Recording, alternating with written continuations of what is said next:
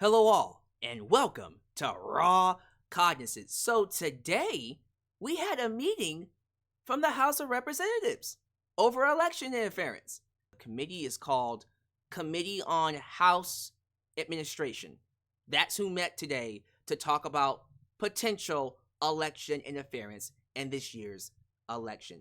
They are a subsection of the House of Representatives, the House. Now, if you've been following me for any amount of time, whether it's here on YouTube or TikTok, you know I do not trust Donald Trump or anybody he's associated with, especially Elon Musk. These are men that have lied, cheated, stolen, and basically took back doors to get to where they are today. And logic would tell you they would have done that again here in 2024. He tried to do something in 2020, it failed. So why wouldn't he try it here? We have to be sure. I think you would need to prove to me that he did not try something this year, right? So when the votes were certified, literally yesterday, to me, that was like a crime taking place. Because nothing can start, no investigation can start until the crime happens. It's like a shoplifter, right? The shoplifter didn't commit the crime until he walks out of the store with the item without paying for it. And the certification of the votes was him walking out of the store. And so now can begin investigations, now can begin talks, and they did not waste time. This House committee was on it the very next day they started this meeting. So if you would like to watch this meeting in full, I have linked it down below in the description. Just go into the description box and click the link. It's 90 minutes long. But if you want to watch it, go for it. Go watch it. Come back here to give me your thoughts. But I am going to give you a full breakdown and then give you my thoughts on what was said, because some things were said. Now, the person leading this meeting is a Republican. What is his name? His name is Brian Style. Did I say that right? Brian Style. Yeah, from the red team. So that's how you know, yeah, this must be serious. And yes, he does believe something happened. It was one of the questions he asked, by the way. But yeah, they talked about foreign interference from other countries in our election cycle. So on this panel, there were 4 people. The first person is Matthew K. O'Neill, and he talked about cyber attacks. Of course, financial fraud through cyber attacks, but essentially cyber attacks on our systems. He said our computers and machines are outdated, very old, and people could easily hack them.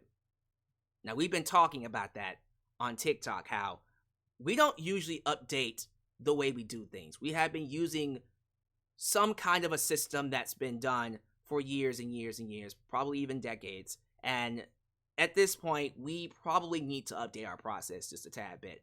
But he's saying that the machines and technology that we use is outdated. And in the time that we've been using it, other countries have updated their cybersecurity and methods to attack our systems. He talks about using fake money, fraudulent money, from places like cryptocurrency and crowdfunding to basically influence our election. Scary, I know. The next person here is Caitlin Sutherland, who talked about dark foreign money coming in to mess with our election cycle. Check this out. She used an example that blew my mind. A rich person, forgot his name, you can go watch it for the name, from Switzerland, gave $250 million in dark foreign money to influence our election. Switzerland. She talks about all kinds of loopholes to influence voters and influence the election cycle. Matter of fact, I think she used an example of Florida, something about abortion rights happening in Florida and how dark money was used to influence policy about abortion rights in Florida. Yeah. Crazy. Now, Bradley Bowen is someone that I think you would need to listen to because he's kind of where we are. He just straight up said 4 big countries interfered. China, North Korea, Iran, Russia. China, Russia, North Korea, Iran. He even suggested they might be colluding with each other to hurt our election cycle. Now, he believes, of course, they interfered using cyber attacks, but also check this out. Fake campaign videos to confuse people and make them believe things that are not true. Misinformation. Propaganda. To, of course, confuse the public and vote for people. Now watch this. He believes that these 4 countries are trying to put people in power they can influence. And it makes sense. All 4 of these have what's called an autocracy. One person making the decisions. They feel like our democracy is what's hurting them because they can't influence their people when our democracy exists, because their people have a reason to stand up when they look at us and go, wait, so there is another way of life. Democracy, that's what we want. And so rightfully so, they're threatened by that and they want to kill it by, of course, influencing it. And so what they do is talk to certain people, you know who I'm talking about, and then get them in power because they know they can manipulate them to put in certain policies to kill our democracy. That's what he's saying. I know, crazy, but it's believable.